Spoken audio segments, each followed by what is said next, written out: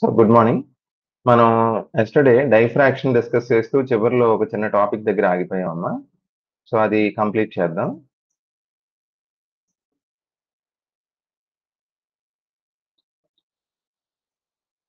ఒకసారి నేను ఏం చెప్పామో ఒకసారి రివ్యూ చేస్తే ఫ్రాన్హోఫర్ డైఫ్రాక్షన్ లో ఉన్న కేసెస్ అన్ని చూసాం. ఫ్రాన్హోఫర్ డైఫ్రాక్షన్ లో వేవ్ ఫ్రంట్ ఏ షేప్ లో ఉంటుందండి?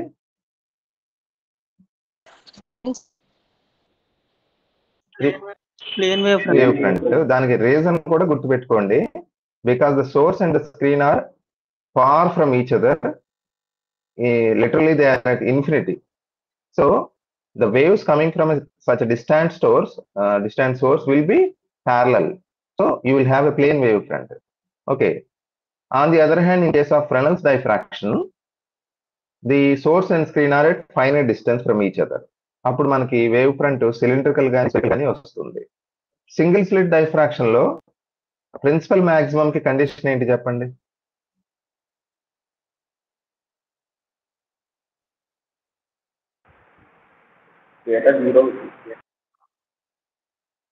థీటా 0 అవుతుంది. ఇంకా ఎగ్జాక్ట్ గా చెప్పండి కండిషన్.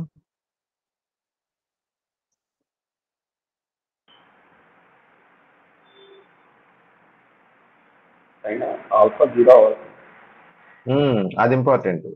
అంటే మనం ఇంటెన్సిటీకి ఈక్వేషన్ గుర్తుంటేనమ్మా ఆ ఈక్వేషన్ ని బట్టి అనలైజ్ చేయాలి. Don't try to remember things, try to apply our common sense to in equation and derive inferences. అది కరెక్ట్ అప్రోచ్, చదివే అప్రోచ్. ఓకేనా? This is not the end of it కదా. మీరు ఇంకా చాలా ఫిజిక్స్ లో ఇంకా లోతుకి వెళ్తారు, నెక్స్ట్ పీజీలో చాలా చదువుతారు. మన అప్రోచే ఎవ్రీథింగ్ డిసైడ్ చేస్తుందండి. మన అప్రోచ్ ప్యాషనేట్ గా ఉండి కొన్ని విషయాలు గుర్తుపెట్టుకుని ఎక్కువ విషయాలు ఆటోమేటిక్ గా అప్పటికప్పుడు మనం ఇన్ఫరెన్సెస్ తీసుకునేలా ఉంటే అది సక్సెస్ వచ్చే ఛాన్స్ ఎక్కువ మనకి. ఓకేనా? సో ఇక్కడ కీవర్డ్స్ ఏంటి మీరు గుర్తుపెట్టుకోవాల్సింది? సింగిల్ స్లిట్ కానీ, సర్కులర్ అపర్చర్ లో కానీ, లేకపోతే double slit or N slits, ఏదైనా సరే ఎక్కడ మాక్సిమం వస్తుంది, ఎక్కడ మినిమం వస్తుంది, ఎక్కడ సెకండరీ మాక్సిమం వస్తాయి అనే విషయాలు మనం గుర్తుపెట్టుకుంటే కుదరదు. ఓకేనా? మనం ఏం చేయాలి? ఇంటెన్సిటీకి ఈక్వేషన్ మాత్రం గుర్తుపెట్టుకోవాలి. ఇంటెన్సిటీకి ఈక్వేషన్ గుర్తుంటే ఆ ఈక్వేషన్ బట్టి మనం ఏం చేయొచ్చు? అంటే ఐ మాక్సిమం అవ్వాలి. ఐ మాక్సిమం అవ్వాలంటే ఇక్కడ ఆల్ఫా 0 అయితే 1/0 ఇన్ఫినిటీ కదా. ఆల్ఫా 0 అవ్వాలంటే సైన్ థీటా 0, అంటే theta is equal to so and so. ఓకేనా? అలాగే మినిమం అవ్వాలి అంటే సైన్ ఆల్ఫా 0 అవ్వాలి. సైన్ ఆల్ఫా 0 అంటే alpha is equal to something like pi, 2π, 3π, where 0 is not allowed. 0 ఎందుకు నాట్ అలౌడ్ అంటే ఒకవేళ 0 తీసుకుంటే మనం అది మాక్సిమం కి కండిషన్ అయిపోతుంది. So that is eliminated. So ఇలాగే క్రిటికల్ గా ఉండాలి మనం. ఓకేనా? అంటే ఎక్కువ శాతం కొన్ని చోట్ల ఉంటాయి, ఒక 10 to 15% ఉంటాయి, మనం అవి వీ హ్యావ్ టు రిమెంబర్. ఓకేనా? కానీ మనం తక్కువ గుర్తు పెట్టుకుని ఎక్కువ వాటి నుంచి మనం ఎసెన్స్ తీసేలా ఉండాలమ్మా. అలా ఉంటే కనుక మీకు పెయిన్ఫుల్ గా ఉండదు, ఏం చదివినా సరే గుర్తుంటుంది. ఓకే? సో ఫ్రెనెల్స్ డైఫ్రాక్షన్ కి వచ్చినప్పుడు అందులో మన కాన్సెప్ట్ ఏంటి? Zone plate. ఫ్రెనెల్ ఏం చేశారు? అందరూ వస్తువుల్ని ముక్కలుగా చేస్తే ఆయన ఏం చేశారంటే లైట్ నే ముక్కలు చేసేసారు. ఆయన ఒక వేవ్ ఫ్రంట్ తీసుకున్నప్పుడు, సిలిండ్రికల్ కానీ లేకపోతే స్పెరికల్ వేవ్ ఫ్రంట్ తీసుకున్నప్పుడు దాన్ని ఆయన జోన్స్ కింద డివైడ్ చేశారు. ఆ జోన్స్ ని మనం ఏ పేరుతో పిలుస్తాం చెప్పండి? Half period zones. Half period zones అంటారు. ఆ నొమెన్క్లేచర్ కూడా ఎంత మంచి నొమెన్క్లేచర్ చూడండి. Half period. సో పీరియడ్ అంటే ఒక వేవ్ అంటే లాండా, హాఫ్ పీరియడ్ అంటే λ/2. సో ఒక జోన్ ఉంటుంది, దాని పక్కనే ఉన్న జోన్ కి దేనికి మధ్య పాత్ డిఫరెన్స్ ఎంత ఉంటుందంటే λ/2 or phase difference 180 degrees. So that ఆయన మాస్టర్ చూడండి ఎందుకు అలా జోన్స్ డివైడ్ చేశారు. వేరే పాత్ డిఫరెన్స్ తీసుకోవచ్చు కదా. λ/2 కాదండి, ఇది ఏమైనా రియల్ గా చేసే డైసెక్షన్? లేకపోతే ఫర్ ఎగ్జాంపుల్ మన జువాలజీ వాళ్ళు చేస్తారు చూసారా, స్నేక్ లేకపోతే డైసెక్షన్ ఏంటి? ఇది రియల్ గా చేసేదా? కాదు కదా. ఇది ఇక్కడ మన బ్రెయిన్ లో చేసే డైసెక్షన్ ఇది. ఓకేనా? సో ఆయన ఎలా చేసి ఉండొచ్చు? చాలా రకాలుగా చేసి ఉండొచ్చు. సో వేవ్ ఫ్రంట్ ని జోన్స్ కింద డివైడ్ చేస్తూ క్వార్టర్ పీరియడ్ జోన్స్ కింద కూడా డివైడ్ చేయొచ్చు కదా.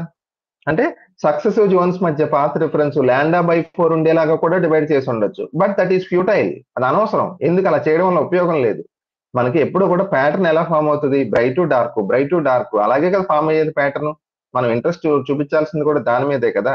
సో బ్రైట్ టు డార్క్ అనే ఫ్రింజెస్ మధ్య పాత్ రిఫరెన్స్ ఎంతో మనకు తెలుసు, λ/2. ఓకేనా. సో ఆయన దానికి తగ్గట్టు, అంటే ఆయన ఒక విధంగా రివర్స్ ఇంజనీరింగ్ చేశారంట నేనైతే. మీకు quantum theory of radiation Max Planck ఏం చేశారు, బ్లాక్ బాడీ రేడియేషన్ కర్వ్ ని మీట్ అయ్యేలాగా, ఆ కర్వ్ వచ్చేలాగా రివర్స్ లో ఇంజనీరింగ్ చేసి, అంటే మ్యాథమెటిక్స్ ని దానికి తగ్గట్టు ట్యూన్ చేశారు ఆయన, మీకు తెలుసో లేదు. ఓకేనా. ఇప్పుడు Rayleigh Jeans law longer wavelength దగ్గర వ్యాలిడ్ అవుతుంది, Wien's law short wavelength దగ్గర మాత్రమే పనిచేస్తుంది. So complete black body spectrum explain చేసేలా అప్పుడు దాకా లేదు. అందుకే ఆయన ఏం చేశారు, ఇప్పుడు మనం చెప్పాను కదా ఒకసారి, ల్యాబ్ లో ప్రాక్టికల్ చేస్తే జీ వాల్యూ 980 రావాలి, రావట్లా. కానీ 980 చూపించకపోతే రిజల్ట్ కి ఒక 3 మార్కులు తీసేస్తారు, ఓ గ్రేడ్ రాదు. అప్పుడు ఏం చేస్తాం మనం, కొంచెం వాల్యూస్ ని ఫైన్ ట్యూన్ చేస్తాం ఒక్కోసారి. ఓకేనా. సో రిజల్ట్ ని బట్టి మనం ఈ వాల్యూస్ ని ఫైన్ ట్యూన్ చేయడం. సో ప్లాంక్ చేసింది కూడా అదే. ఓకేనా. బ్లాక్ బాడీ రేడియేషన్ కర్వ్ ని మీట్ అవ్వాలి అంటే, సింక్ అవ్వాలి అంటే ఎలాంటి మ్యాథమెటిక్స్ నేను తీసుకోవాలి, క్వాంటైజేషన్ తీసుకోవాలి, అదే తీసుకున్నాడు ఆయన. ఎనర్జీ క్వాంటైజ్ అయింది అనుకున్నాడు, ప్రాబ్లం చిటికేసినట్టు పోయింది. క్వాంటమ్ మెకానిక్స్ లో ఉన్న బ్యూటీ అదండి. ఓకేనా. అలాగే ఇక్కడ మనం ఫ్రెనెల్ ఏం చేశారంటే, Fresnel divided the wave front into number of zones with successive zones differing in path difference by λ/2, so that he named them as half period zones. Okay. So half period zones కింద divide చేసిన తర్వాత intensity calculations చేస్తే మనకి expressions ఏమొచ్చినాయి, resultant intensity R1²/4 అని. Half period Jones యొక్క ఏరియాను radius కూడా గుర్తుండాలమ్మా. ఓకేనా. ఏరియా వచ్చి πp λ, అలాగే రేడియస్ ఏమో √np λ. ఈ కాన్సెప్ట్ ని బేస్ చేసుకుని, అంటే ఫ్రెనెల్స్ డైఫ్రాక్షన్ ని బేస్ చేసుకుని మనం ఒక డివైస్ ని తయారు చేయొచ్చు. దాని పేరు ఏంటంటే జోన్ ప్లేట్. జోన్ ప్లేట్ అనేది ఒక లెన్స్ లాంటిది అది కూడా. ఓకేనా. కాకపోతే లెన్స్ అనేది మనకి ఇంటర్ఫియరెన్స్ బేస్ చేసుకుని వర్క్ అవుతుంది, అంతే కదా, ఇంటర్ఫియరెన్స్. వేరాజ్ జోన్ ప్లేట్ అనేది డైఫ్రాక్షన్ మీద వర్క్ అవుతుంది. జోన్ ప్లేట్ లో ఉన్న ప్రిన్సిపల్ ఏంటి, డైఫ్రాక్షన్. జోన్ ప్లేట్ వల్ల మనం ఇంకో దాన్ని ప్రూవ్ చేయగలిగాం, ఏంటి, ఫ్రెనెల్ యొక్క హాఫ్ పీరియడ్ జోన్స్ కాన్సెప్ట్ ని జోన్ ప్లేట్ ప్రూవ్ చేసింది. ఓకేనా. సో ఇక్కడ రాసాను చూడండి, zone plate it behaves like a convex lens అండి. కాన్వెక్స్ లెన్స్ లాగా బిహేవ్ చేస్తుంది జోన్ ప్లేట్. ఓకేనా. మీకు సిమిలారిటీస్ డిఫరెన్సెస్ రెండు అవసరం, రెండింటి మధ్య. అది నేను ఒక టేబుల్ వేసి చెప్తాను. అంతకంటే ముందు, ఇప్పుడు జోన్ ప్లేట్ కూడా ఒక లెన్స్ లాంటిది అంటున్నాం కదా, లెన్స్ కి ఫోకల్ లెంగ్త్ ఉంటుంది కదా. సో జోన్ ప్లేట్ యొక్క ఫోకల్ లెంగ్త్ ఎంత అంటే Fn is equal to Rn²/n λ, where n varies from 1, 2, 3 and so on, whole numbers. So ఇక్కడ మీకు విషయం అర్థమైపోతుంది. మీరు కాన్వెక్స్ లెన్స్ యొక్క ఫోకల్ లెంగ్త్ ఏ ఫార్ములాతో కడతారు, గుర్తుందా?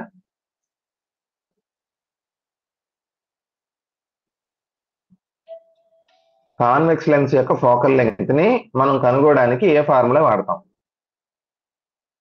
1/f = 1/v - 1/u. అది వాడతాం. లేకపోతే అన్నిటికంటే important formula, lens makers formula ఉంది కదమ్మా, 1/f = μ - 1 × 1/r1 - 1/r2. This is called lens makers formula. ఈ లెన్స్ మేకర్స్ ఫార్ములాలో మీరు అబ్జర్వ్ చేయండి, ఫోకల్ లెంగ్త్ అనేది ఒక వాల్యూనా లేకపోతే చాలా వాల్యూస్ ఉన్నాయా కాన్వెక్స్ లెన్స్ కి?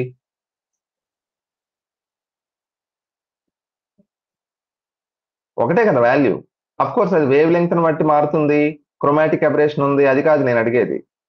Convex lens has basically a single focal length. Okay. కానీ మీరు zone plate focal length formula చూడండి ఒకసారి. అందులో ఎఫ్ అని అనకుండా Fn, n is a subscript. So Fn is equal to Rn²/n λ. అంటే ఇది ఒక ఫోకల్ లెంగ్త్ కాదు ఇది. ఓకేనా. ఇప్పుడు n is equal to 1 పెట్టామనుకోండి, F1 is equal to ఎంత, R1² λ.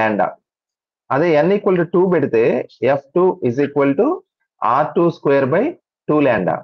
సో మీకు అర్థం ఏంటి, జోన్ ప్లేట్ కి సింగిల్ ఫోకల్ లెంగ్త్ కాదు, it will have multiple focal lengths. అంటే అర్థం it forms multiple images. Convex lens అలా కాదు కదా. కాన్వెక్స్ లెన్స్ మీద లైట్ రేస్ వచ్చి పడినప్పుడు అబరేషన్స్ కనుక లేకపోతే all of them get refracted and converge at one point and form an image. Okay, ఒక ఇమేజ్ ఫార్మ్ అవుతుంది కాన్వెక్స్ లెన్స్ తో. కానీ zone plate focal length formula మీరు చూస్తే ఫోకల్ లెంగ్త్ కి మల్టిపుల్ వాల్యూస్ ఉన్నాయంటే అర్థం ఏంటి? మల్టిపుల్ ఇమేజెస్ ఉంటేనే కదా మల్టిపుల్ ఫోకల్ లెంగ్త్స్ ఉంటాయి. సో అది ముఖ్యమైన తేడా కాన్వెక్స్ లెన్స్ కి జోన్ ప్లేట్ కి తేడా. ఓకేనా? Convex lens as a fixed focal length, one image ఒకటే ఉంటుంది. Whereas in case of zone plate, you will have multiple focal lengths, meaning that it forms multiple images. Okay. తర్వాత ఇంకో ముఖ్యమైన difference ఉంది, observe చేయండి. ఫోకల్ లెంగ్త్ అనేది ఇక్కడ wave length ఎలా ఉందండి? డైరెక్ట్లీ ప్రపోర్షనలా, ఇన్వర్స్లీ ప్రపోర్షనలా? Inversely sir. ఇన్వర్స్లీ కదా. అంటే జోన్ ప్లేట్ లో ఏ కలర్ కి ఫోకల్ లెంగ్త్ ఎక్కువ ఉంటుంది?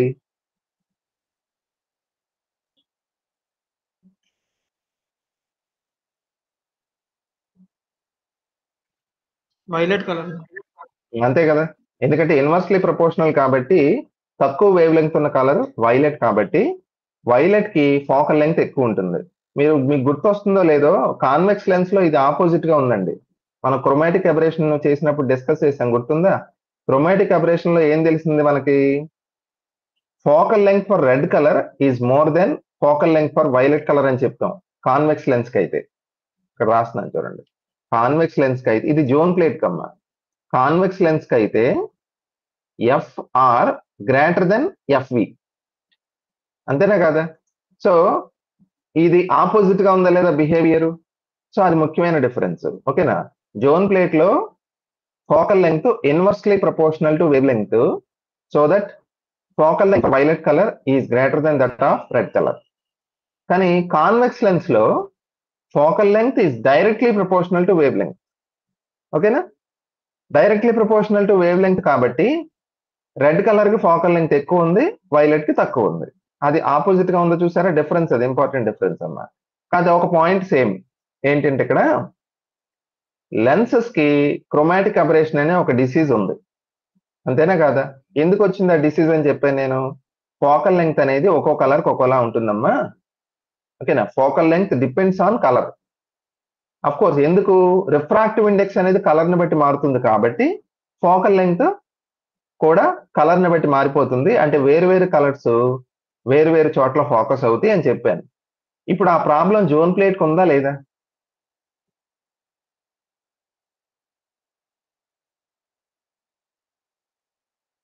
చూసి చెప్పండి. జోన్ ప్లేట్ యొక్క ఫోకల్ లెంగ్త్ కి ఫార్ములాలో లాండా ఉందా లేదా?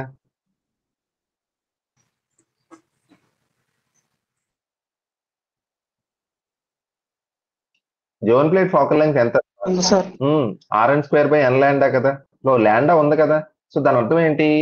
Focal length of zone plate is sensitive to colour. దాని అర్థం ఏంటి? మళ్ళీ మామూలే. కాన్వెక్స్ లెన్స్ కి ఏ ప్రాబ్లం అయితే ఉందో, క్రోమాటిక్ అబరేషన్ ఉందో, సేమ్ అదే క్రోమాటిక్ అబరేషన్ జోన్ ప్లేట్ కూడా ఉంది. Because focal length wave length మీద డిపెండ్ అవుతుంది. సో వేవ్ లెంగ్త్ మారితే, అంటే కలర్ మారితే ఫోకల్ లెంగ్త్ ఏమవుతుంది? మారిపోతుంది. సో కాన్వెక్స్ లెన్స్ కి క్రోమాటిక్ అబరేషన్ ఉంది, జోన్ ప్లేట్ కూడా క్రోమాటిక్ అబరేషన్ ఉంది, రెండింటికి కామన్. కాబట్టి తేడా ఏంటంటే జోన్ ప్లేట్ లో వైలెట్ కి ఫోకల్ లెంగ్త్ ఎక్కువ, రెడ్ కి తక్కువ. కాన్వెక్స్ లెన్స్ లో అయితే దానికి వైస్ వర్సా. ఓకేనా? అంటే రెడ్ కి ఫోకల్ లెంగ్త్ ఎక్కువ, వైలెట్ కి తక్కువ. ఓకేనా? తర్వాత ఇంకో డిఫరెన్స్ ఏంటో తెలుసా? జోన్ ప్లేట్ లో ఇమేజ్ ఎందువల్ల ఫామ్ అవుతుంది? ఏ ప్రిన్సిపల్? ఇది ఈ చాప్టర్ పేరేంటండి?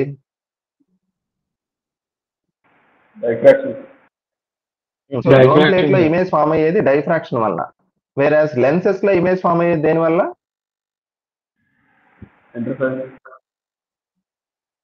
రిఫ్రాక్షన్ కదా. లెన్సెస్ లో రిఫ్రాక్షన్. ఓకేనా? సో జోన్ ప్లేట్ లో ఫామ్ అయ్యే ఇమేజ్ మీకు బ్రైట్నెస్ తక్కువ ఉంటుందమ్మా, ఇంటెన్సిటీ తక్కువ ఉంటుంది. వేరాస్ లెన్సెస్ లో ఫామ్ అయ్యే ఇమేజ్ యొక్క ఇంటెన్సిటీ ఎక్కువ ఉంటుంది. ఓకేనా? మీకు ఇప్పుడు జోన్ ప్లేట్ లో రెండు రకాలు ఉంటాయండి, positive zone plate, negative zone plate అని. ఒకసారి చూపిస్తాను చూడండి, ఓకేనా. సో జోన్ ప్లేట్ ఫ్యాబ్రికేషన్ అవంతా కూడా మనకి కాంపిటేటివ్ పాయింట్ ఆఫ్ వ్యూలో అనవసరం ఇప్పుడు. సో జోన్ ప్లేట్ లో రెండు రకాలు, positive zone plate, negative zone plate. దేని పాజిటివ్ అంటారంటే సెంటర్ లో ఉన్న జోన్ అబ్జర్వ్ చేయండి. సెంటర్ అంటే ఇది సెంట్రల్ జోన్ వైట్ కలర్ లో ఉంది, అంటే ట్రాన్స్పరెంట్ కదా. సో సెంట్రల్ జోన్ కనుక ట్రాన్స్పరెంట్ అయితే that is called positive zone plate. Right side ఉన్న ఇంకో జోన్ ప్లేట్ చూడండి, సెంట్రల్ జోన్ అంటే ఫస్ట్ది, ఈ జోను బ్లాక్ కలర్ లో ఉంది, అంటే అర్థం ఏంటి, అది ఒపాక్. అంటే సెంట్రల్ జోన్ కనుక ఒపాక్ అయితే that is negative zone plate. Easy గుర్తుపెట్టుకోవచ్చు కదా, సెంటర్ లో ఉన్నది పాజిటివ్ అయితే, సారీ, సెంటర్ లో ఉన్నది ట్రాన్స్పరెంట్ అయితే పాజిటివ్ జోన్ ప్లేట్, సెంటర్ లో ఉన్నది ఒపాక్ అయితే నెగిటివ్ జోన్ ప్లేట్. దీన్ని ఇంకా చెప్తాం. ఇప్పుడు సెంటర్ లో ఉన్న జోను 1 కదా. సో పాజిటివ్ జోన్ ప్లేట్ లో ఏవే జోన్స్ ట్రాన్స్పరెంట్ గా ఉంటాయి?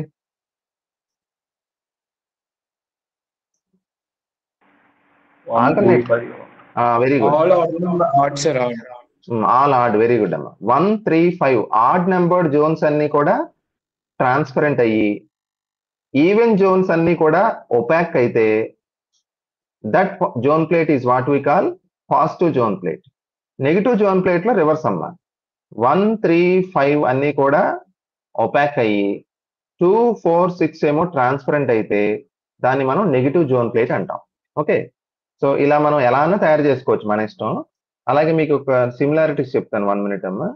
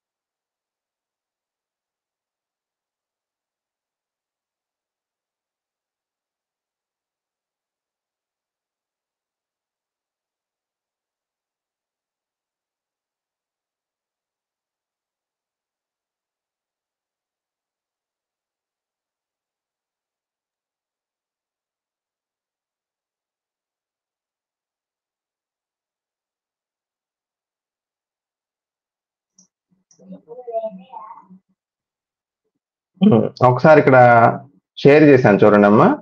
What are the similarities and differences between zone plate and convex lens? Okay, సిమిలారిటీస్కి వచ్చేటప్పటికి మీకు కాన్వెక్స్ లెన్స్ లో రియల్ ఇమేజ్ ఫామ్ అవుతుంది, అంతేగా. జనరల్ గా కాన్వెక్స్ అన్నిటిలో కూడా రియల్ ఇమేజెస్ ఫామ్ అవుతాయి, కాన్కేవ్ లెన్సెస్ లో వర్చువల్ ఇమేజెస్ ఫామ్ అవుతాయి. సో కాన్వెక్స్ లెన్స్ లో రియల్ ఇమేజ్ ఫామ్ అవుతుంది, జోన్ ప్లేట్ లో కూడా రియల్ ఇమేజ్ ఫామ్ అవుతుంది. ఓకే, అది మీరు నోట్ చేసుకుంటే బెటర్ అమ్మా, ఇవి నోట్స్ లో లేవు. ఓకేనా, నోట్ ఇట్ డౌన్. సిమిలారిటీస్ ఏంటంటే both zone plate, convex lens, they form real images. Okay, అది first difference, first similarity, difference కాదు, సిమిలారిటీ. రెండోది ఇందాక అన్నాను కదా, ఫోకల్ లెంగ్త్ జోన్ ప్లేట్ ది, కాన్వెక్స్ లెన్స్ ది రెండు కూడా కలర్ ని బట్టి మారిపోతాయి. సో రెండిటికి కూడా క్రోమాటిక్ అబరేషన్ ఉంటుంది. Both zone plate and convex lens suffer from chromatic aberration. Okay, so ఇవి సిమిలారిటీస్ అమ్మా. డిఫరెన్సెస్ కి వచ్చేటప్పటికి జోన్ ప్లేట్ లో ఇమేజ్ ఫామ్ అయ్యేది ఏ ప్రిన్సిపల్ వల్ల అంటే డైఫ్రాక్షన్.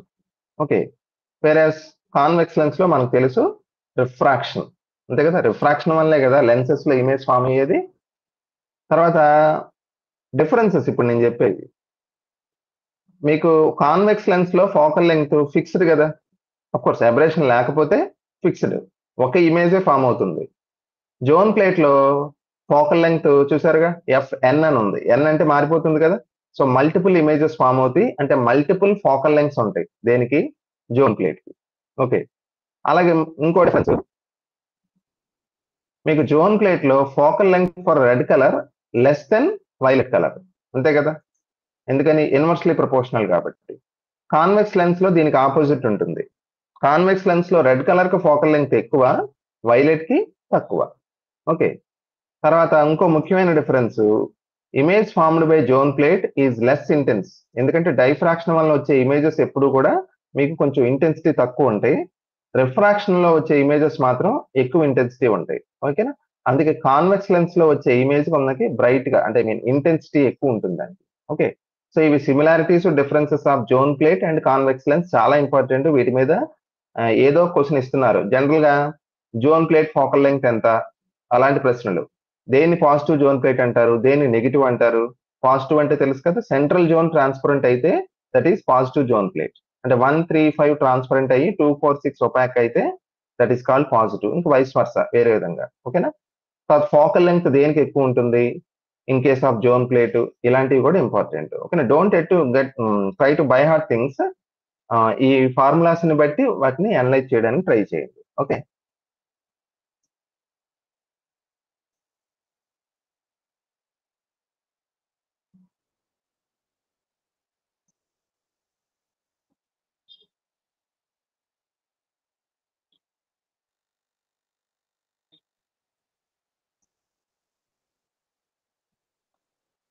ఒక డైఫ్రాక్షన్ గ్రేటింగ్ లో మాక్సిమం మనం ఎన్ని ఆర్డర్స్ చూడగలం అండి, ఫార్ములా చెప్పండి దానికి.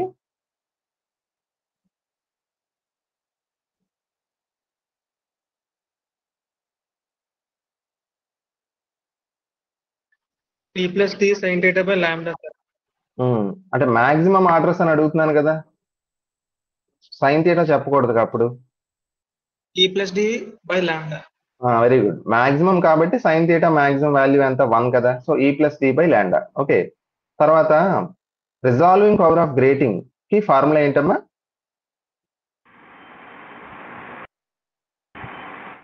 Lambda by D lambda. దానికి ఇంకో ఫార్ములా ఉంది కదా, small N into capital N. ఓకేనా, స్మాల్ ఎన్ అంటే order of the spectrum, capital N అంటే ఏంటి, క్యాపిటల్ ఎన్ అంటే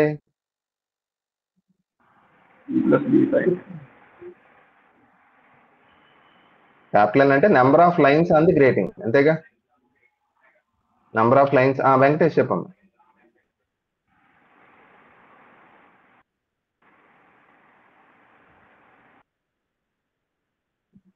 క్యాపిటల్ ఎన్ అంటే number of lines on the grating. ఓకేనా, సో పని చేయండి, ఇప్పుడు ఇంకా ఆప్టిక్స్ కంప్లీట్ అయింది కాబట్టి మొత్తం ఆప్టిక్స్ రివైజ్ చేయండి అమ్మా. ఓకే, ఈవినింగ్ మొన్నట్లాగే ఒక క్విజ్ పెడతాను మొత్తం ఆప్టిక్స్ కలిపి. ఓకేనా, క్విజ్ అయిన, అవును ఇది ప్రింట్ నైట్ పెట్టాను మీకు, లేట్ గా పెట్టాను కదా, ప్రింట్ తీయించుకోండి అమ్మా. నెక్స్ట్ మీరు ఎలక్ట్రిసిటీ మ్యాగ్నెటిజం అన్నారు కదా ఎక్కువ మంది, అదే స్టార్ట్ చేద్దాం. మీకు ఆ మెటీరియల్ చూసుంటారు ఎన్ని పేజీలు ఉంటుందో, ఆల్మోస్ట్ 25 పేజెస్ ఉంది. ఎలక్ట్రిసిటీ మ్యాగ్నెటిజం ఎలక్ట్రానిక్స్ చాలా, అంటే మనకి ఎక్కువ కంటెంట్ ఉంటుందమ్మా. అందుకే దానికి స్టడీ మెటీరియల్ కూడా ఎక్కువ పేజెస్ ఉంది. సో జాగ్రత్తగా అది ప్రింట్ తీసుకొని రెడీగా పెట్టుకోండి. ఈవినింగ్ ఆ డిస్కషన్ స్టార్ట్ చేద్దాం క్విజ్ అయిన తర్వాత. ఓకేనా, సో నేను మళ్ళీ చెప్తున్నానని ఏమనుకోకండి, ఒక విషయం ఇంపార్టెంట్, మనం చేస్తున్నది ఒక హెర్క్యూలియన్ టాస్క్ ఇది. ఒక 3 సంవత్సరాలు చదివిన సబ్జెక్ట్ ని మనం we are trying to have a gist, ఓకేనా, ఎగ్జామినేషన్ పాయింట్ ఆఫ్ వ్యూ, అదే sorry competitive exam point of వ్యూలో. సో మనం కొత్త విషయాలు చదవడం ఎంత ఇంపార్టెంటో చదివిన వాటిని ఒకసారి రివైజ్ చేసుకోవడం కూడా అంతే ఇంపార్టెంట్, ఓకేనా. సో హర్రీ అయిపోకండి. మనకి ఎప్పుడుంది యాక్చువల్ టైం, ఎప్పుడు జూన్ షెడ్యూల్ తెలుసు కదా, జూన్ 10 తర్వాత ఇస్తాడు షెడ్యూల్, డేట్స్ ఉంటాయి. సో మనకి ఇంకా long way to go. So మనం ఏంటంటే చదివింది రీటైన్ చేసుకోవడం ఇంపార్టెంట్. రీటైన్ చేసుకోవడం అంటే ఫార్ములాస్ గుర్తుపెట్టుకోవడం ఒకటే కాదు, మనం ఏదైతే కాన్సెప్ట్ డిస్కస్ చేసామో అది కూడా అలా ఫ్రెష్ గా ఉండాలి మైండ్ లో.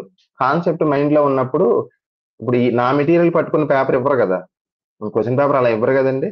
ఇప్పుడు క్వశ్చన్ పేపర్స్ ఎలా ఇస్తున్నారు తెలుసు, ఆల్మోస్ట్ చాట్ జీపీటీలో చేస్తున్నట్టు అనిపిస్తుంది నాకైతే క్వశ్చన్ పేపర్స్. ఓకే, సో మనకి కాన్సెప్ట్ ఐడియా ఉంటే క్వశ్చన్ కొంచెం డీవియేట్ అయినా, డైఫ్రాక్ట్ అయిన లైట్ బీమ్ లాగా బెండ్ అయి ట్రావెల్ చేసిన క్వశ్చన్ మనం ఏం చేయగలుగుతాం, మనకు తెలిసిన కాన్సెప్ట్ ని అప్లై చేసి చేయగలుగుతాం, ఓకేనా. So conceptual understanding is important. బాగా డెప్త్ లో అక్కర్లే పీజీ సెట్ కి, కానీ బేసిక్స్ కావాలి, ఓకే. సో ఇవాళ ఏం చేస్తారంటే ఆప్టిక్స్ చదవండి, దాంతో పాటు ఒకసారి మెకానిక్స్, మన ఫ్రెండ్స్ ఆల్రెడీ 3 ఫ్రెండ్స్ ఉన్నారు కదా, mechanics, waves and oscillations, thermodynamics, ఆ ఫ్రెండ్స్ ని కూడా ఒకసారి పరిచయం చేసుకోండి, మాట్లాడండి వాళ్ళతో, అయితే వాళ్ళు ఫీల్ అయ్యి వెళ్ళిపోతారు మీ దగ్గర నుంచి, ఓకేనా. సో అలాగా చదివిని కూడా రివైజ్ చేసుకుంటూ ఉంటే you will have a wonderful result, మంచి ర్యాంక్స్ వస్తాయి, ఓకేనా. మీరు అనుకున్న డ్రీమ్ కాలేజ్, అదే డ్రీమ్ యూనివర్సిటీలోకి చేరొచ్చు, okay. So evening will have quiz on optics అండి. ఓకే.